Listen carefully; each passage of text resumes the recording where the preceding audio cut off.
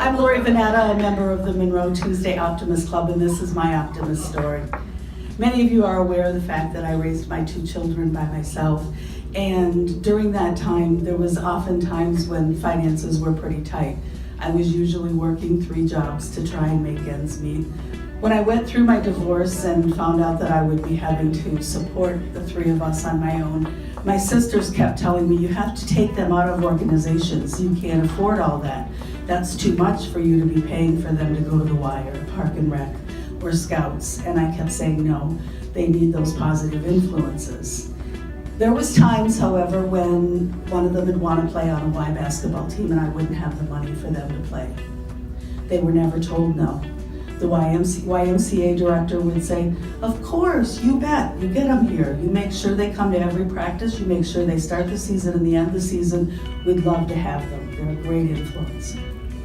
The same with Park and Rec. They would want to do swim lessons or a summer swim pass, and the rec director would always say, of course, you bet, you get them here.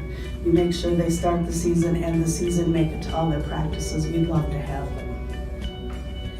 Nobody ever said no. And the reason is because Monroe is a very giving community. That was why nobody said no. There was Optimist clubs and Kiwanis and other service organizations always providing scholarships to those organizations like the YMCA and Park and Rec.